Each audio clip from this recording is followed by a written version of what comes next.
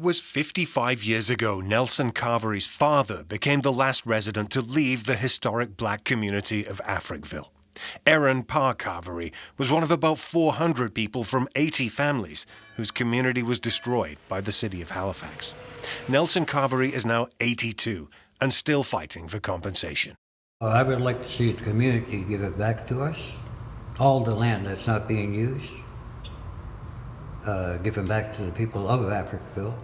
When my father passed, he left a document in the safety deposit box, which I have now, and it's from the British government, the Jamaican government. There was a deal made for us to come here and to, as warriors, to fight and to build.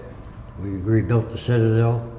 They gave us land in East Preston, and the documents clearly says these lands belong to William Carvery and his heirs forever.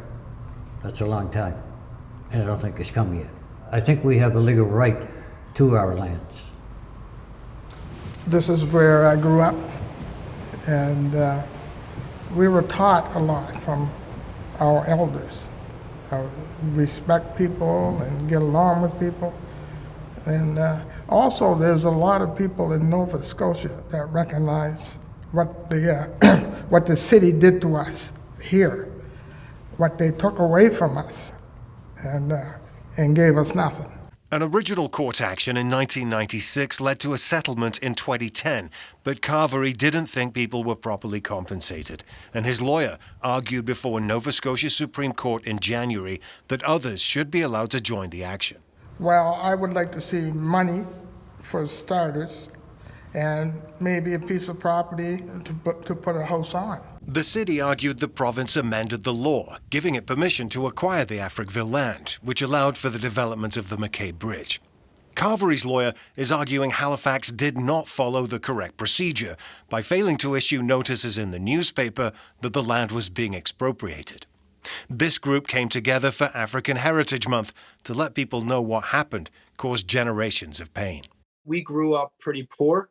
We struggled as a family growing up. And I thought, man, if things were different back then, if things didn't take place the way they did, how would that have affected my life today? I want to see the descendants of those that continue to carry the beacon of hope and the spirit of Africville come to a place where they can rest within this fight. Africville is a very tight-knit community. I knew everybody in Africville, and everybody in Africville knew me. That was from around the turn or up the road. Nobody was on welfare. They didn't need assistance. They knew how to survive off of the land and were very creative in terms of entrepreneurial opportunities.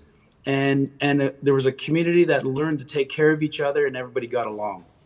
Post being relocated, they moved them into Uniacke Square, Mulgrave Park. These housing projects turned out to be a ghetto, and it just it killed their spirit, that entrepreneurial spirit, that independent spirit. And unfortunately, that has been passed on to many generations. I think what has happened here has been nothing short of systemic racism.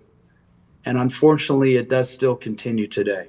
I would dare to say that many today still carry trauma and carry those feelings of just loss within their lives. And I'm hoping that through the efforts that we're doing right now with Rob Pino and with the litigants in this cause and in this case, that there would peace that would come and that there would be a resolve to this litigation. The criteria people need to join the action is what the court's expected to decide next. Nelson Carvery is hoping things are finally moving toward a conclusion. Because when I die, most of this stuff will go with me. I'm trying to gear it so it will live on. Our government doesn't want to give us nothing, absolutely nothing. It was about time they stepped up. Step up to the plate and come forth and take care of the people of Africville. Have you been kind of alongside Nelson during this whole fight as well? Yes. Yeah. How difficult has that been? I mean, just the stress of continuing. Well, it's tough, And why have you chosen to keep going?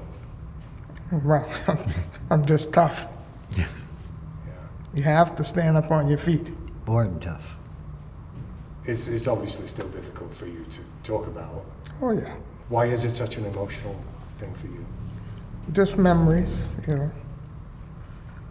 And, yeah.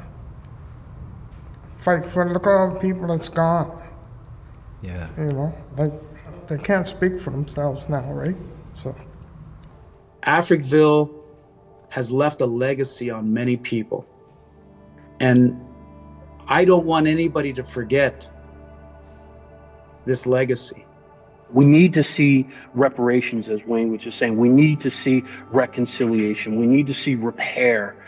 I want to see those that are still holding on with hope to be realized in this lifetime. The city's pushing back on the number of people that should be allowed to join the action. It says it made more than 70 agreements with residents who gave up their property interests in the 1960s, and is arguing none of those people or their descendants should qualify.